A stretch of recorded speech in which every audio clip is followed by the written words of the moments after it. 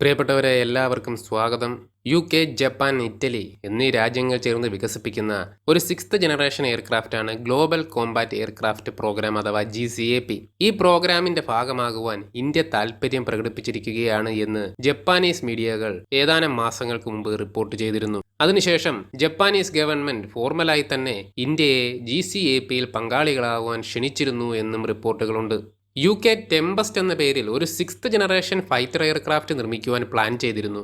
ജപ്പാനും ഇറ്റലിയും 2022 ഈ പ്രോജക്റ്റിന്റെ ഭാഗമാവുകയും ഈ പ്രോജക്റ്റിന് GCAP എന്ന പേര് വരികയും ചെയ്തു. 2035 ഡെവലപ്മെന്റ് പൂർത്തിയാക്കുവാനാണ് GCAP ടീം ഉദ്ദേശിക്കുന്നത്. ഒരു 6th ജനറേഷൻ എയർക്രാഫ്റ്റിന്റെ ഡെവലപ്മെന്റ് വളരെയധികം പണച്ചിലവുള്ള ഒരു കാര്യമാണ്. UKയും ഇറ്റലിയും ജപ്പാനും സാമ്പത്തികമായി ഞെരുക്കത്തിലുമാണ്. അതിനാൽ തന്നെ ഇന്ത്യയുടെ പാർട്ടിസിപ്പേഷൻ സാമ്പത്തിക ബാധ്യത കുറയ്ക്കുവാൻ സഹായിക്കും. മാത്രവുമല്ല, GCAPയുടെ മാർക്കറ്റ് വാല്യൂ വർദ്ധിക്കുകയും ചെയ്യും. എന്നാൽ കൂടുതൽ രാജ്യങ്ങൾ പാർട്ടിസിപ്പേറ്റ് ചെയ്താൽ എയർക്രാഫ്റ്റ് ഡെവലപ്മെന്റ് ഡിലേ ആകുവാനും സാധ്യതയുണ്ട്. ജപ്പാന്റെ ഏറ്റവും വലിയ ഭയം വളരെ അഡ്വാൻസ്ഡ് ആയിട്ടുള്ള ടെക്നോളജി മറ്റൊരു രാജ്യത്തിന് കൂടി ഷെയർ ചെയ്യേണ്ടി വരും എന്നതാണ്. GCAPയിൽ ഇന്ത്യ പങ്കുചേർന്നാൽ ഇന്ത്യയും ജപ്പാനും തമ്മിലുള്ള ഡിഫൻസ് കോഓപ്പറേഷൻ വളരെയധികം വർദ്ധിക്കും. ഇന്ത്യയുടെയും ജപ്പാന്റെയും ഏറ്റവും വലിയ ഭീഷണി ചൈനയാണ്. ചൈനയ്ക്കെതിരായ ഡിറ്ററൻസ് വർദ്ധിപ്പിക്കുവാനും ഇന്റർ ഓപ്പറബിലിറ്റി വർദ്ധിപ്പിക്കുവാനും ഇത് സഹായിക്കും.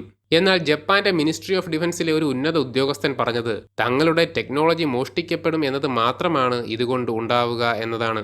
ഇന്ത്യയെ പങ്കെടുപ്പിക്കുന്ന കാര്യത്തിലാണ് അദ്ദേഹം ഈ അഭിപ്രായം പറഞ്ഞത്. ജപ്പാന്റെ ഡിഫൻസ് മിനിസ്റ്റർ ജനറൽ നകാതാനി ഇന്ത്യ സന്ദർശിക്കുവാൻ ഒരുങ്ങുകയാണ്. GCAPയിൽ ഇന്ത്യയുടെ പാർട്ടിസിപ്പേഷനെ കുറിച്ച് ഈ അവസരത്തിൽ ചർച്ച ചെയ്യുമെന്ന് കരുതപ്പെടുന്നു.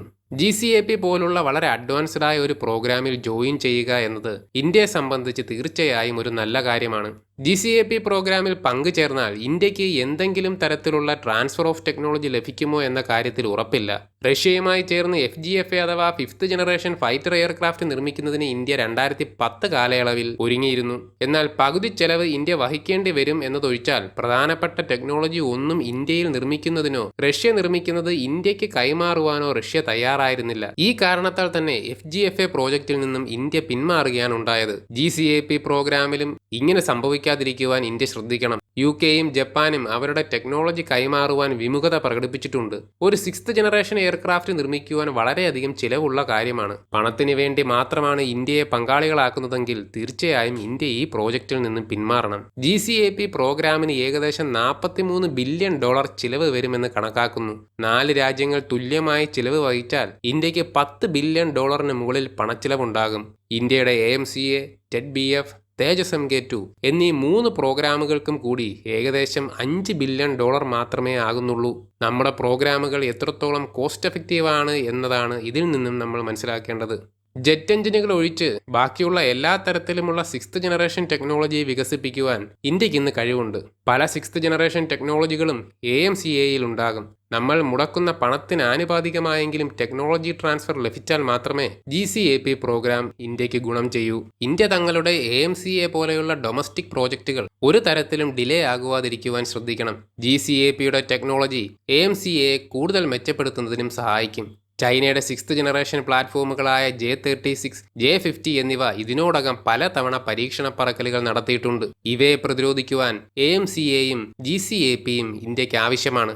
മാത്രവുമല്ല, AMCAയ്ക്ക് വേണ്ടി ഇന്ത്യ നിർമ്മിക്കുവാൻ ഒരുങ്ങുന്ന 110 കിലോന്യൂട്ടൺ ജെറ്റ് എഞ്ചിനിൽ UKയുടെ റോൾസ് റോയ്സ് സഹകരിക്കുവാൻ തയ്യാറാണ്. അങ്ങനെയാണെങ്കിൽ GCAPയും 110 കിലോന്യൂട്ടൺ എഞ്ചിനും പാരലൽ ആയി തന്നെ ഡെവലപ്പ് ചെയ്യുവാൻ ഇന്ത്യക്ക് സാധിക്കും. ഫ്രാൻസ്, ജർമ്മനി, സ്പെയിൻ എന്നിവർ ചേർന്ന് നിർമ്മിക്കുന്ന FCAS 6th ജനറേഷൻ എയർക്രാഫ്റ്റിൽ പങ്കുചേരുവാനും ഇന്ത്യക്ക് ക്ഷണമുണ്ട്. ഇന്ത്യ സ്വന്തമായി നിർമ്മിക്കുന്ന തേജസ് MK2, TEDBF, AMCA എന്നീ പ്രോജക്റ്റുകൾക്ക് ഫണ്ട് ഷോർട്ടേജ്, ഡിലേ എന്നിവ സംഭവിക്കാതെ GCAP പ്രോജക്റ്റിൽ പങ്കുചേരുന്നത് ഇന്ത്യക്ക് അങ്ങേയറ്റം ഗുണകരമായിരിക്കും. പ്രിയപ്പെട്ടവരെ, ഇത്രയും വിവരങ്ങൾ വ്യക്തമായി എന്ന് കരുതുന്നു. എല്ലാവരും ലൈക്ക് ചെയ്യുക, ഷെയർ ചെയ്യുക. ജയ് ഹിന്ദ്.